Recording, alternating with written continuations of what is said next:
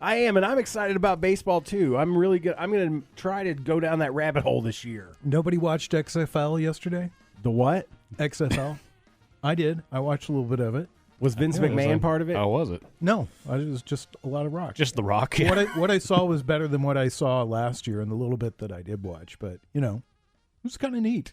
You guys know I'm a big fan of these startup leagues. I love them. I love to talk about them, and I'm just really interested in it. But that's not what we're here to do. We're here to talk about what happened last Sunday. We were sitting here all together, and we made some bold predictions about what would happen. Yeah. Josh predicted that the Eagles would win, and for a while there, I thought you were going to be right. But let's start with Ned. Yeah. Ned, your impressions of the game. I thought it was a great game. Very, very entertaining football game. I thought the two key plays were the ones that you guys will all agree upon. The Hurts fumble that Bolton ran in, and then the Kadarius Toney punt return. That was huge. And that really was, in essence, what made the difference. Everybody's saying, well, how about that referee's call? And no. Hey, I'll tell you what they did, in my opinion, was the National Football League went to that officiating crew and said, we're not playing drop the hanky in this game. Because they got away, both teams, with a lot of stuff, and you could see it on the line. There's holding, there's illegal crackback blocks going, but no, let them play the game, which is fine. That's part of the contest. But those two plays, I think, made the difference. Philadelphia has a very nice football team, and Jalen Hurts is the real thing. But Kansas City is finite better with Patrick Mahomes at quarterback, and that's the way I saw the game coming out. Let me ask you this really quickly, and I'm not one of the people that have you felt that the NFL went to the officiating crew and said, look, keep it in your pocket. How did you feel about that call, though? Well, it went, I'm supposedly rooting for the Eagles, although I had chocolate chips on the Chiefs. The call was there. It was a penalty. Is it would have called at that juncture of the game? Probably not in other games. But in this one, I don't know why the official called it, but the referee, the white hat, he goes to this guy, consults with him, said, did you see? Yep, I saw it. Penalty. Okay. You can't talk him out of it. That's not the way, that's not what their premise is. The referee is to adjudicate what happens and then announce it to the crowd. He didn't make the call. It was the defensive, I think the backfield coach, D-back coach who made it.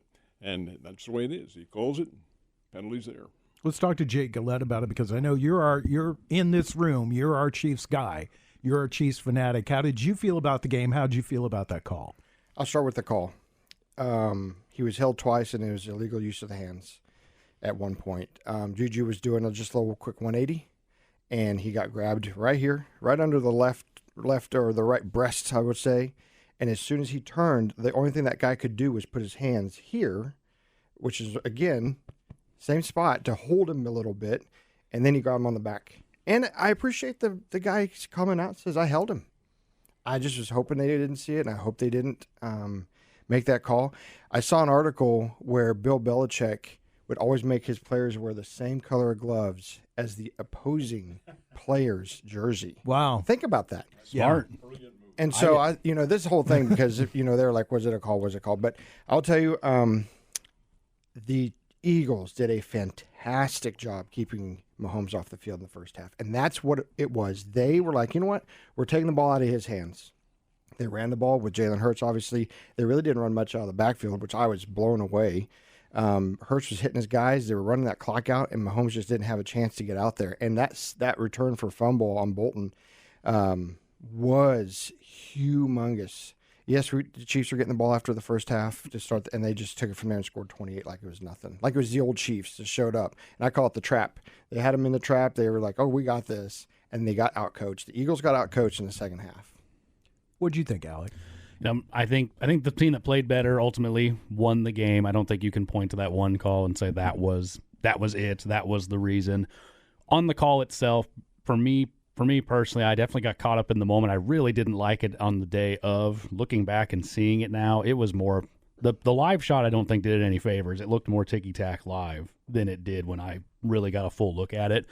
My only qualm with it is that I believe that was the only defensive holding called all game, and it seems like in that situation, if you've been letting it go all game, why there? But Philly could have stopped the Chiefs all the way down the field. They could have done any number of things to prevent that from being the deciding factor. So that wasn't what decided the game. But props to the Chiefs' offensive line. I think going forward, I don't think it matters. Even losing Kelsey, I don't care who he's throwing to. If Mahomes has a clean pocket, they're going to be okay.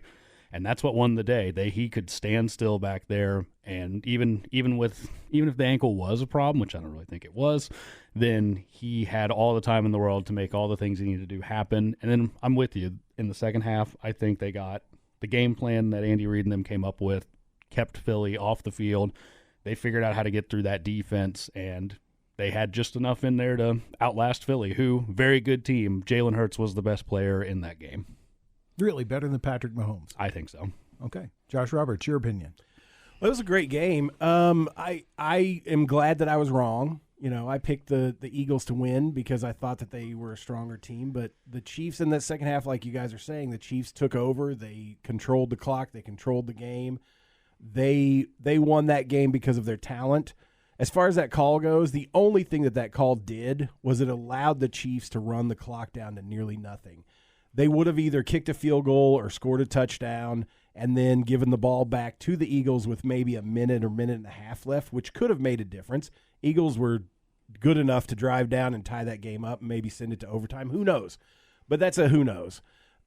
This is what I say about those calls all the time. Those penalties are committed every play. Holding is committed every play. Defensive illegal contact is committed every play. And this is my conspiracy theory about how the game is controlled. Because when they call it, it changes the momentum of a game and can very well change the outcome of the game. So I applaud the Eagles player for saying, yeah, I was holding. But that doesn't surprise me because they do it every play. It's just they don't get called every play. That's why they do it. It's the way the game has developed. But it was a great game. Alec and I argued about this at work this last week because Alec, fresh off of it, his take was, I hate to see the game turn on that play, on that one thing. And my argument with it, the reason why I felt that it was called was, had he just gotten chucked at the line and he runs that route, he probably would be wide open. Oh, yeah. And that would be an easy touchdown for the Chiefs. So I thought that he impeded him from making a play and making a catch. And that is the reason why it was called. It's one of those things where you can't foretell what's actually going to happen, but it never got a chance to develop because he was held so much at the line. And I didn't have a problem with the call. I'm really disappointed in you, Josh, though, because I thought you would come in and you would just hammer down on this. You see my points here. I know. I mean, that is my point, is that they hold every play, but they call it when they want to. That's how they control the game. I think, Josh, more than when they want to, it has to be egregious, where you're throwing somebody down to the ground, or, as Joe just pointed out, if you're blatantly holding a guy away from running his pass pattern, yeah, you have to call it then. But otherwise, no, you let him go and let him play the game, because these are subtle little tactics.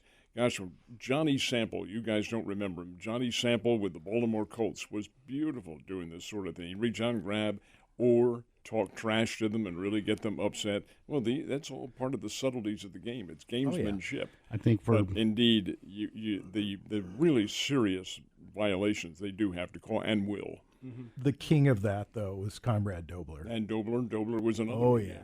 Comrade Dobler was the best. You can draw a direct line to the best defensive backs are the ones that are the best at hiding their penalties, because you just about can't defend these athletes without a little tug here, a little twist there. They're just changing their momentum. They're just too good. If you just try and play them straight up, you got to cheat a little bit. Raise your hand here if you remember Comrade Dobler. So just Josh and just Ned, he played for the Cardinals, and he was an offensive lineman, and king of the late hit, king of the clip, king of the hold. Yeah, he did all of it. He played as dirty as any offensive lineman in football.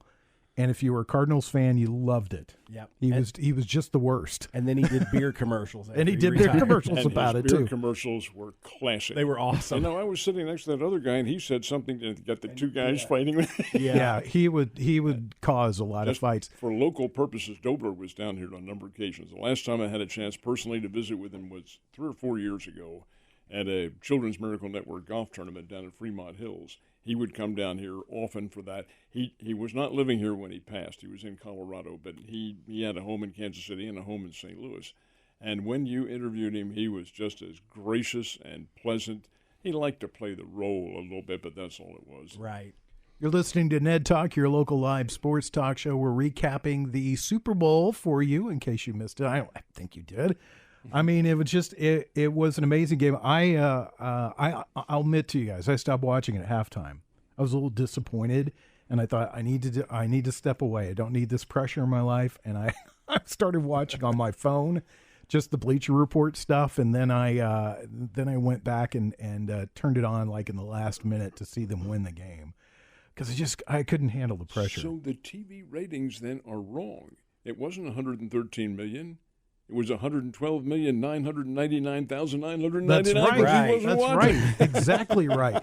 I have to. You always criticize us and say we don't give you enough props. I'm giving you props because you picked the game really closely. Yeah, you did last week, and fantastic job.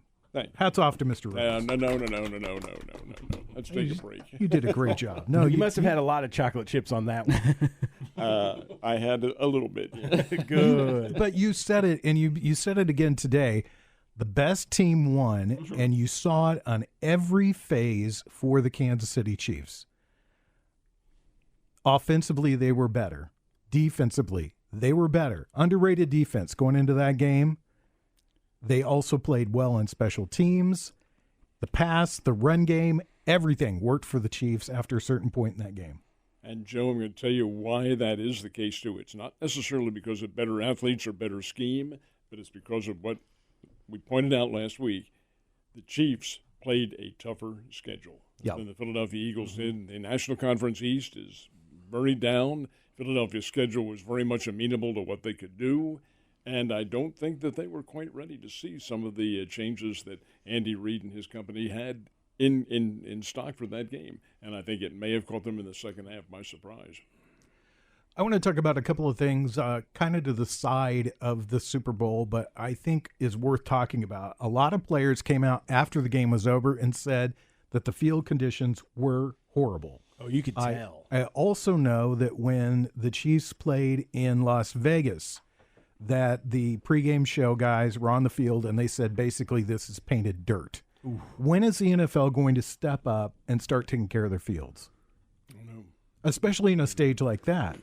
Well, I mean, you would hate to see resodded that field, if I'm not mistaken, and resodded it maybe 2 or 3 weeks ago. Now they have a field that's on a track. It's on a railroad track, and you move it outside. And who knows? That's never been tried before, other than when these dome stadiums were built.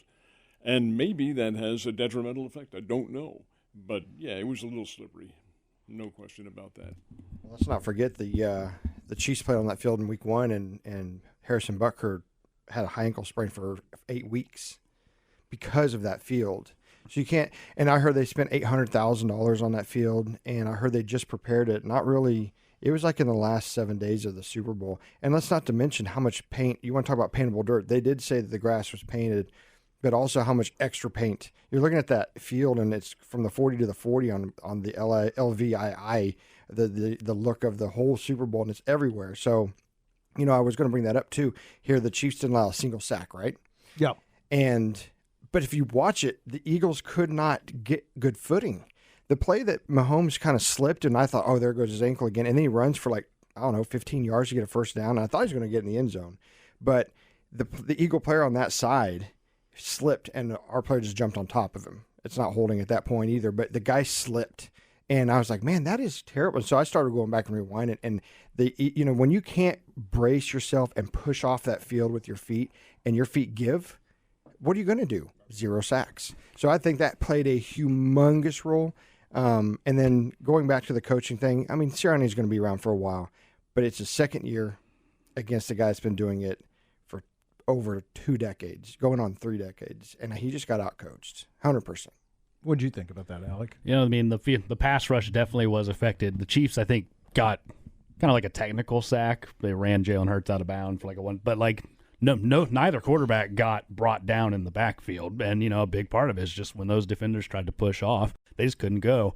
I think you know, that was such a big stage for that to happen. I think it's getting close to time when the NFL really needs to come in and implement there needs to be a league standard. I think I think players will mostly say they prefer grass to turf. Mm-hmm. So it's getting close. I think the NFL needs to come in and say grass fields for everybody, this type of grass. I mean, there's no reason that, you know, that you could go to a different NFL stadium and the turf itself is going to be a factor. Even in baseball, where your outfield walls could be a little different, you know, it's like you're playing on the dirt, you're playing on, and it's like uniformity, I think, is a good thing, especially when you get to a game like this that some guy slipping and falling should not be the difference between a championship and not.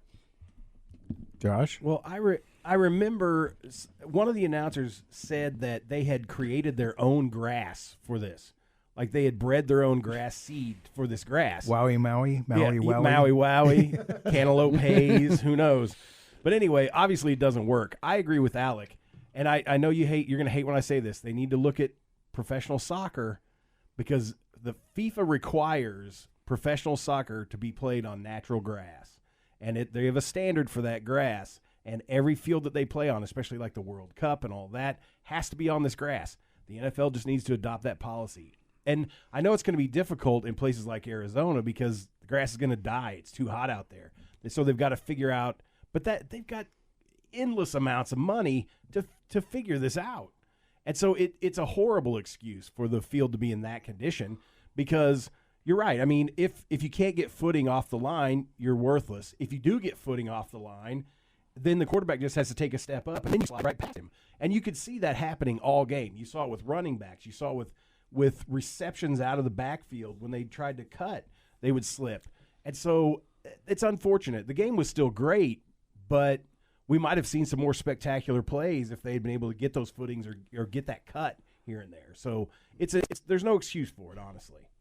Well, you know, you mentioned the two stadiums that I mentioned are both stadiums that are in very arid climates, and they both have those traction fields where they take them outside.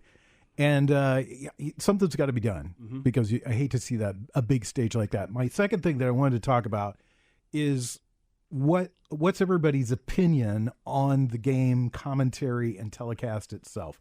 This was Fox, and this was one of the first years that we haven't had big names sitting behind the mics. Well, I can't comment on it because I didn't listen to it. But Jake can. Are you talking about Greg Olsen and that crew? Yeah. I thought it was odd that they had that crew. I know it was a Fox game, so wasn't it not on Fox? Yeah. So it was Fox. So you had to take that into consideration. I mean, you might as well just put Tom Brady in the thing because he start his career there. But I don't know. I've heard both ways. I've heard people say they thought Greg Olsen did awesome. And I sat there and I was just like, there's something missing. That's how I felt, that there was something missing there. I don't know what you're looking for because I haven't heard too much about. Well, two things. First of all, being a guy that has paid attention to broadcasting my whole life, this was with the first Super Bowl that I can recall where I sat there and I go, who are these guys? Mm-hmm. Usually I know it's going to be this guy or this guy, Troy Aikman and Joe Buck, and I know it's going to be Tony Romo and Jim Nance. Jim Nance. I know those names. I know those people. They're going to be there. And this is one of the first Super Bowls where we got basically no name, and I can't even remember Greg Olsen playing. And I know that Fox. He was the He's man. The greatest tight end, one of the greatest tight ends out there. No, he really wasn't. Seriously? He was a good tight end. Oh, he was a very good. Who did he tight play end. for? Carolina and Chicago. Yeah. Okay, well, no wonder. Yeah, exactly. No Carolina. wonder. He's no Dave Casper, okay? That's right. All right. You know how many fancy No football Shannon games I won Sharp. because of him? Oh, come on.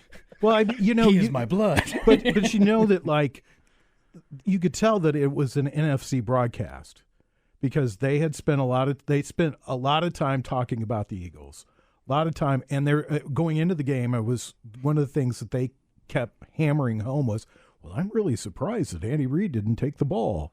I'm really surprised that he didn't do it. He's never taken the ball all season long. Why is he going to do it today? That is true. I do remember that now. The Chiefs always take the ball second half. The plan is to try to score before the first half and do that double turnaround. Yep. I think it's Everyone odd, but loves that that's now. what they do. What'd you think, Alec?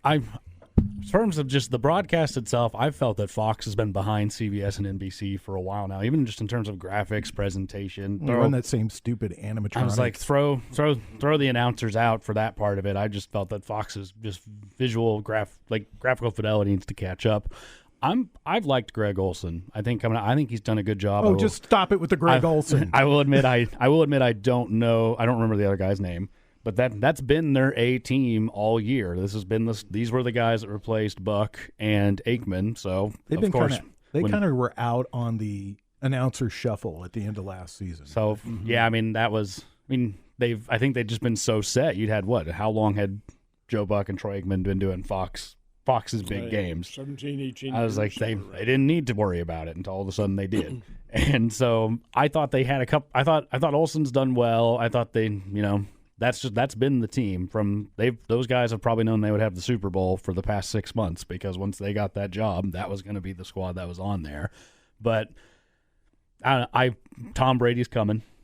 One of you mentioned but it's the year after this. I was like, it's not happening just yet, and I don't know which of those guys he may or may not replace. Probably Olson, because they want a former player up there, and Olson, so they'll probably kick Olson out and hope he lands somewhere. But as far as what they were saying, I was watching with a group of people. I would watch a play and then probably check out, need a snack or something. I can't comment too well on, but I know what I've seen of Greg Olson throughout the year. I thought he did a respectable job. Let's just stop it with Greg Olson. How great. That might be you, Josh. Greg Olson talk on 104.7 The Cave. The days of Howard Cosell and Don Meredith are over.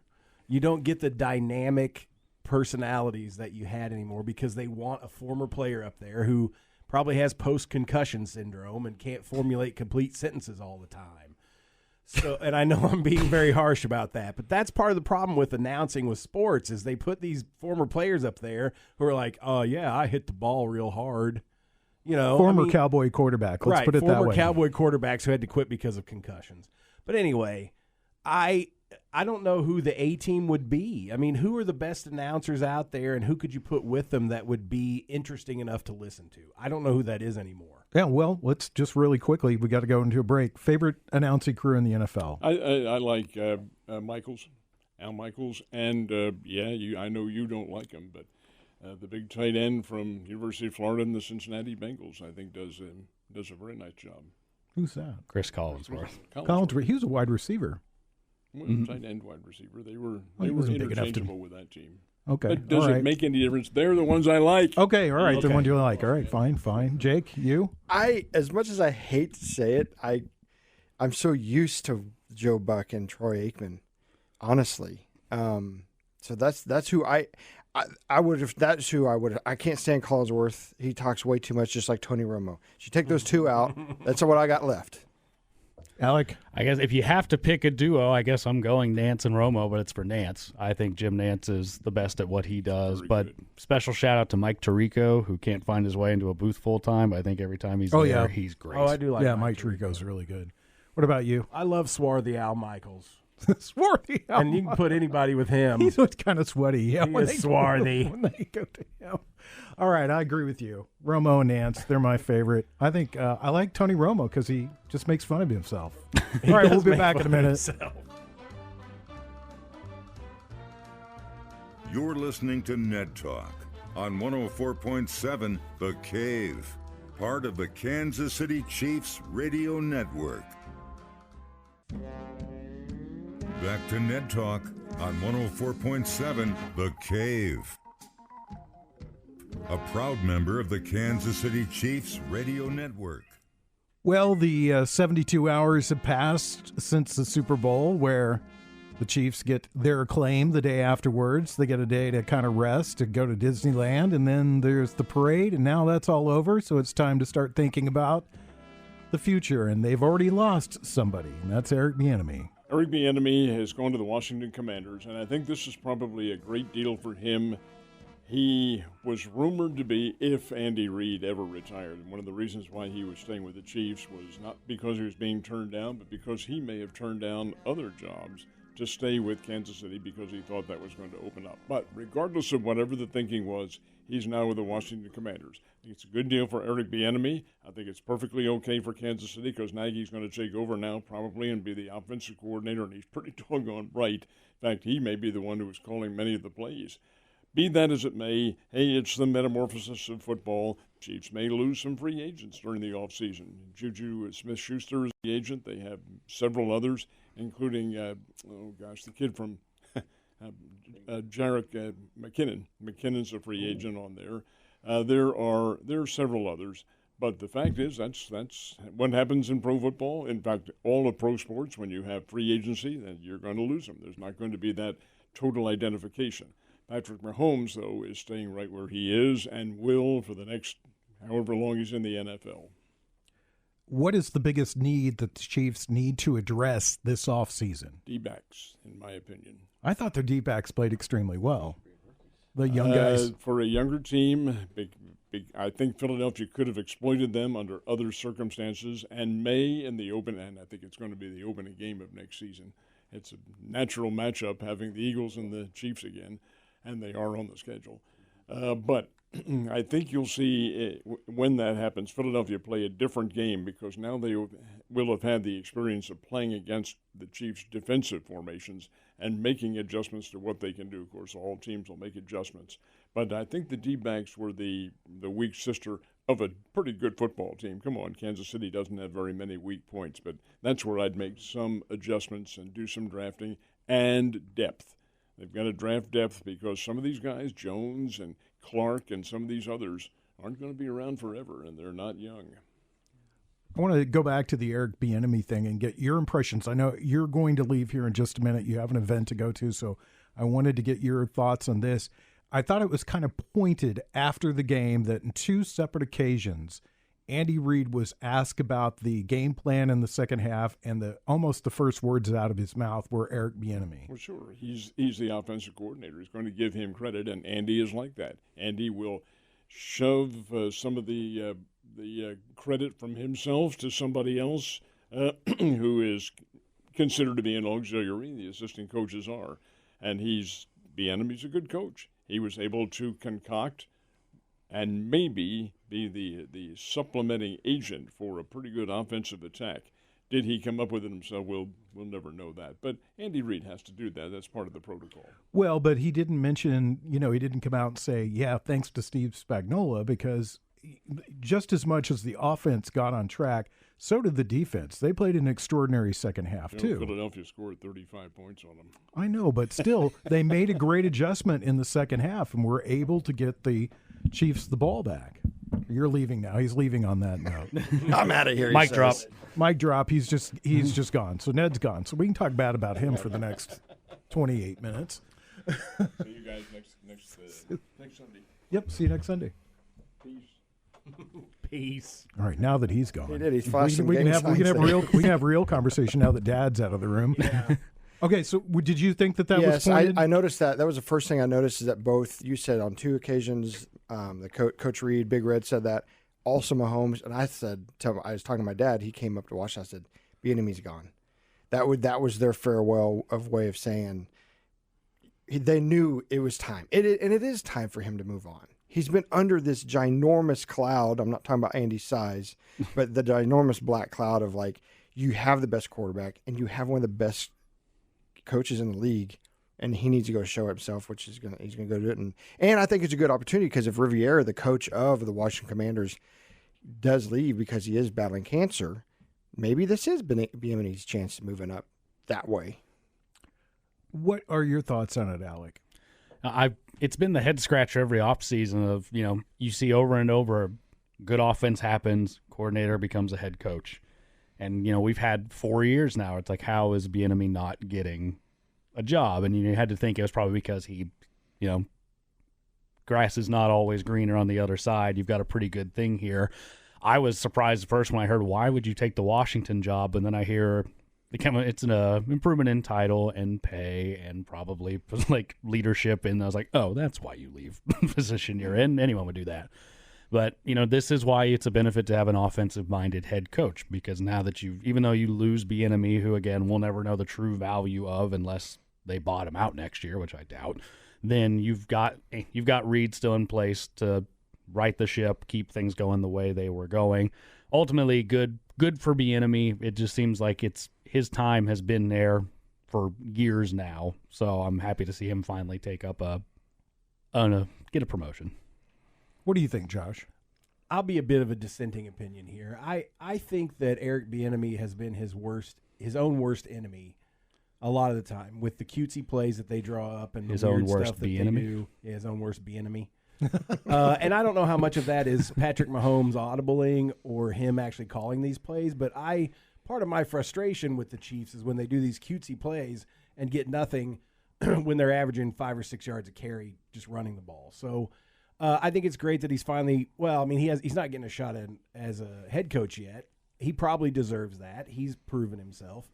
But I agree, this is probably his best shot to make it as a head coach because he's moving into a position where if he can greatly improve the offense of Washington, then that is another feather in his cap, and he deserves that shot. I'm not sad that he's going. Because, like I said, he was a frustrating coach to me as far as his play calling. So I wish him the best. There's always been some question about how much that he actually calls the plays, whether it's him or Andy Reid. Sure. Yeah, I've heard that where at the end of the day, and even Sirianni said it because he lost his offensive coach, was like, at the end of the day, yeah, I will, if I hear something I don't like, I'm like, Right. So Andy's going to, I call it the Waffle House menu that he has as a call playing sheet, but I do know, and Andy is like what he did in Philly for 14 years. So, yeah. And here's something, and that I'm going to say that I'm going to tiptoe around this really carefully because I could get in trouble by saying this. There's the Rooney Rule in the NFL, and Eric Bieniemy has been the guy that I think a lot of teams they knew who they wanted to hire, but they could bring in Eric Bieniemy and interview him and get around the Rooney Rule. And I personally don't think that's right. No. I think that's just playing lawyer ball at that point. But I think he's a guy that's deserved a chance, but I'm not sold on him as a head coach. I don't know that he has the makeup to be a head coach and just for the simple reason is that he's been lauded as being this great connection with Patrick Mahomes. That has not always been the case. Those two guys have not always seen eye to eye. Right. And there has been a lot of implications about Andy Reid calling the vast majority of the plays. So it'll be interesting to see how it plays out for him and Ron Rivera in Washington as the new season progresses. When we come back, we'll talk about some other stuff that's going on in the NFL. I want to talk about Fashion Week next. Can we talk about that, guys? Oh, yeah. All right, we'll talk about that next on Ned Talk.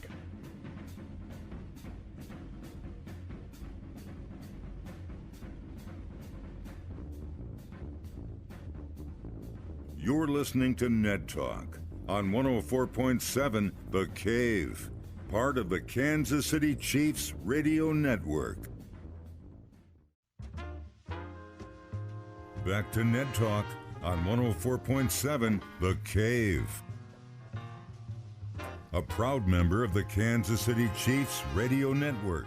Nedless Ned Talk right now. Not here with us anymore. So, Ned, if you're listening, love you. We're the Nedless Horsemen. The Nedless Horsemen. I mentioned Fashion Week going into the break. A story I just saw about Clyde Edwards-Helaire that he walked the runway at Fashion Week in New York this week. Yeah. I like the silence. Yeah. I like the silence. I don't even know what to say about that. Except I mean, what's he supposed to be doing? get rid of him. Well, I mean, he couldn't play. He So was activated for the game, though. did he? Did they activate him? Because remember, they who got hurt? They if somebody. Pacheco? No. I got it. Hardman went on the IR, so they had to bring CEH off the IR, okay. and they had to put him in as a third down back or whatever. Yeah. Wayne, do you see him coming back next year, though? No. God, I hope not. He is? Well, I mean, I'm just asking you. I mean, do I you? got to make some phone calls. How is he? Is this about to be his fourth? Is he going into his fourth season? I think that this is it for him. Because as a first-round pick, he would have had a 4-year contract with a 5th-year option. They will almost certainly decline the 5th-year option, but it might be to the team's detriment to cut him before that rookie. I don't know what the cap hit looks like, so he might be around just by virtue of you had him for 4 years, and then you let him walk. The draft this year is in Kansas City. It's a nice little bone the NFL's thrown our way in Missouri. So it'll be nice to be down at Union Station, and that's coming up here very quickly. How do you, Jake, see the Chiefs going in this draft?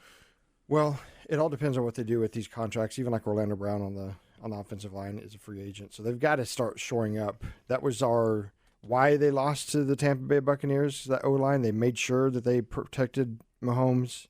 Look what it did for us against one of the best pass rush defenses in the league with the Eagles this year. So I do need that, but they're also getting older. And we have 12 picks this year, 12 draft picks in the draft this year, which is insane. So I think they start building. And look what they've done with just players like picking up here and there, like with Valdez, Scantling, and Juju coming in.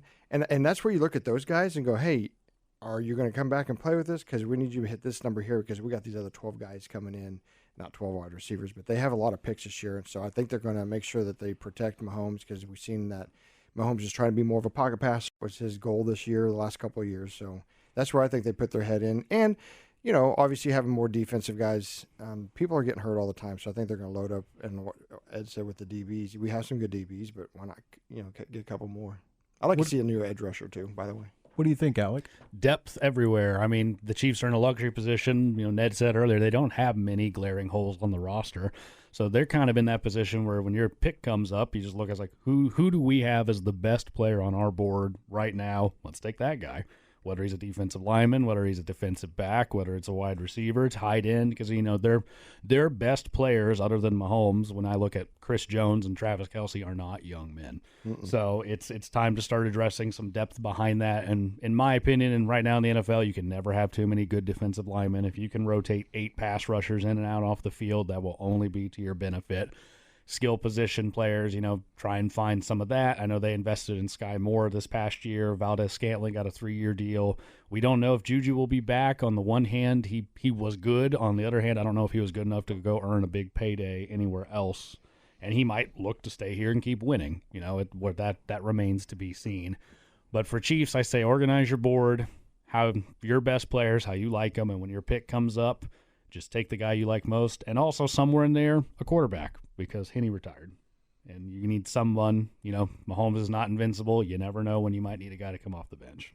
What do you think, Josh?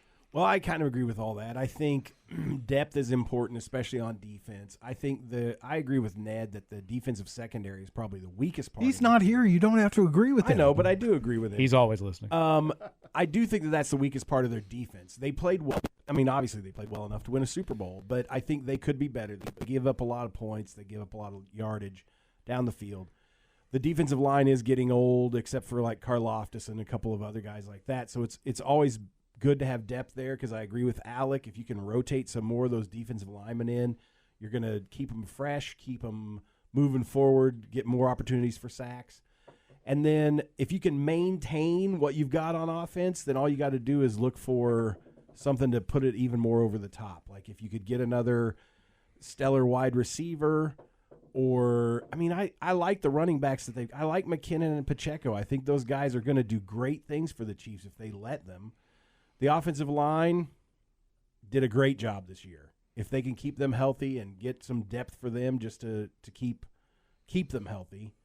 Yeah, they're a loaded team right now. And to have 12 draft picks is going to make them even more loaded if they do it right. So let me ask you guys this. We'll go around the table quickly on this.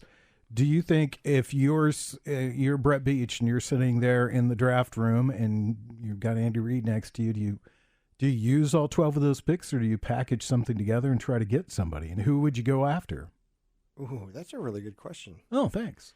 See, when Ned's not around, I get to ask good questions. I like that idea. You got 12, so, give up a couple. But I don't know who you would go after. I do think that we need a number 1 wide receiver. The Chiefs did not have – they have Travis Kelce. That's their number one wide receiver, and he's a tight end. Yeah. Look at what the Eagles did this year, single-handedly by bringing in A.J. Brown. Completely changed. It made people back off the box. It made guys to where Jalen Hurts could run because of bringing in A.J. Brown. So I think they need a stud wide receiver. Who is that guy, though? I don't pay attention to the. Well, I'm saying it has to come from the rookie. I don't think you're going to find someone that's. I don't know of any NFL players right now that are at a point where they're going to be switching teams. So I can't think of anybody that we need, like who it is. I don't know who's the best ones coming off of the draft. So he got there's the wide receiver coming out of TCU. I think I need to look into it a little more in the coming weeks, but he was the one that played in the national championship game. Big guy, fast. He's kind of but last year's draft class was so loaded at wide receiver with Garrett Wilson and Chris Olave and Bama's Jamison Williams coming out of Alabama. I think we had 5 or 6 first-round wide receivers last year, and this year that just doesn't seem to be the common consensus is that there are that many guys. I'm with you. If you were going to package and move, you really only in the draft nowadays you see that for offensive linemen, wide receivers, quarterbacks, and pass rush. They're not doing it for a quarterback. I don't know if there's a wide receiver they love enough to move, so it's going to be a matter of, maybe if Orlando Brown does walk, they move up and try and get a tackle, or they go and they add what they see as an elite pass rusher. But even with 12 picks, since they're down at pick 32, you're going to have to give up a lot to move up anywhere near a range to get those perceived elite blue chip talents. So I just quickly flipped on an article here, and it said that what people are predicting is that Michael Thomas, who's been a stud receiver for the Saints, was hurt all last year, played only 3 games, that maybe the Chiefs take a flyer on him and see if that doesn't fill the need. CeeDee Lamb is going to be out there too, but a lot of people feel he'll end Dallas up will take care of back in Dallas. Jacoby Myers with New England, Juju Smith-Schuster, and DJ Clark, the Detroit Lions. Those are the big names. Frankly, that's not a big name list, really. Trade for Tyreek Hill. Yeah, Let's do it. Hill. I was thinking about that, trading for Tyreek Hill. Well, So what do you? oh, sorry. Go ahead. No, go ahead. DK Metcalf was on the block this year. I don't know if did Seattle end up signing him, but they were like, that is where he should go, and he ended up staying at Seattle. So there are some decent ones out there. If you think about some of the older guys, like you said, Michael Thomas. I still want someone you can throw the ball to that's going to, like a Mike Williams for the Chargers. Some height, get a 6'6" guy in there that's fast, has good hands, and can stay healthy. I think the Chiefs will probably want to address this in the draft, though. The reason they moved on from Tyreek Hill is because the wide receiver market has exploded. If you want one of the guys like that, you're going to have to pay them just an absurd amount of money. And when, Mahomes, as team-friendly as it is, he's got a big contract. Kelsey's got a big contract. I think they don't want to give a wide receiver that kind of deal, so they're almost certainly going to be looking at the draft. Odell Beckham Jr.'s out there. Washed up. He'll still be out there. All right. When we come back, we'll talk about our spring sports that we're most looking forward to as we wrap up our Nedless Ned Talk.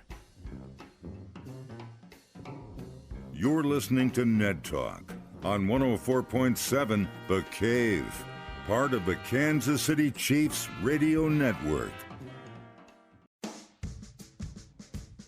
Back to Ned Talk on 104.7 The Cave, a proud member of the Kansas City Chiefs radio network.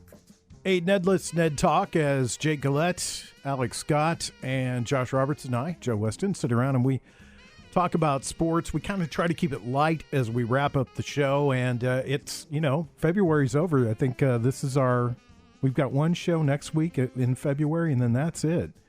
And then March is right on us, which is spring. So I know this is probably be a tougher question for you than anybody else around the table. Your toughest question for you. What's your favorite spring sport, Jake? Golf. Masters over Final Four? Well, you got this. That's exactly what's happening. Is you got golf coming in with Masters, but then you got March Madness right around the corner. I think KU has 4 more games for the Big 12 tournament, and then that's the Rock Chalk Jayhawk national champions from last year's Jayhawk. So, how are they doing this year? They're doing just fine. Ranked 5. They're gonna be a number 1 seed. But yeah, I would say spring but it's so fast. It's like 2 or 3 weekends, and next you know it's April 1st, and that's when they do the Final Four and the finals. So then, of course, you all have baseball. So, thanks for spoiling it for us. Spoiler alert: these guys love baseball. Alec, I know you're paying attention to spring training. Yep. What's going on in the Cardinals world right now? I hate to say it, but a lot like last year. We lose Yachty, we gain Wilson Contreras. You lose some defense, you gain some offense. I'm excited to watch more Cardinals baseball. I'm worried it's going to look a lot like last year, but baseball coming back, winter ending, spring training, all that. It's just a good feeling to have all that wrapping up and getting on with the spring sports. But I am of the mind that the NCAA tournament, I think, is the best sporting event that we put on in the U.S., and I can't wait for the basketball to kick off. No, look at Josh. That was a shocker to him. What do you think's better than that? For a spring sport, or you said like best sporting event? I think it's about as good as US. sport gets, because the competition, that just you see what it means to the athletes, and also you can just sit around and watch it all. I mean, what long. other sport does a guy have his vasectomy for? Exactly. You get it done. You sit around for 4 days and you watch basketball nonstop.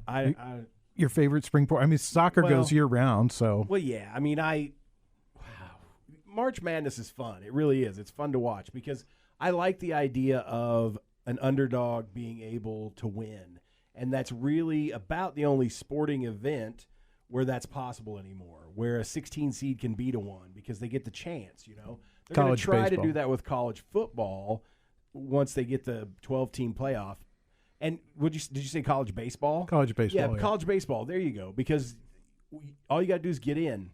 And the thing about the NCAA tournament is there are 64 teams plus 4 play-in games. So there's 68 teams that get a shot. So that's pretty cool. I like that. I am not a golf fan. Golf is a great great nap if it's on. NASCAR? No, gosh, no, not NASCAR. I'm excited about baseball, and my loyalty is with the Cubs, but I'm just going to enjoy watching baseball this year. I'm not going to worry about – I will root against the Cardinals most of the time, which is fun because everybody around here is a Cardinals fan. Boo. But my loyalty will be with the Cubs, but I just want to watch some baseball. I'm excited to watch the Yankees. I'm excited to watch – I wish the Montreal Expos were back. Well, they are. They're just the Washington Nationals. Well, now. Yeah. So in the World Baseball Classic is this year, and I think the last time it was played, the United States won, which was kind of a big deal because they're the underdogs. We are the underdogs in our own sport. Yeah. And it'll be interesting to see if they could defend themselves in the Cup this year because I personally like the World Baseball Classic. I think it's great. I get into it. I really enjoy it, and I think the players enjoy it too. So it's the World Cup of baseball. We'll be back. Yes, it's obviously emulating themselves after soccer, but it's working. Thank you for that, Joe. I appreciate that. There you go. We'll be back next Sunday. Ned Reynolds will be with us for the full hour. At least I hope that he will be. I don't know. Maybe not. Ned, you can just stay away next Sunday. We'll be okay. We'll just do it ourselves. Thanks to Jake Gillette, Alex Scott, Josh Roberts, Nick Fury, Brian Tyndall, Mike the intern, and Corbin Campbell. We'll see you guys next Sunday. And thank you, Joe.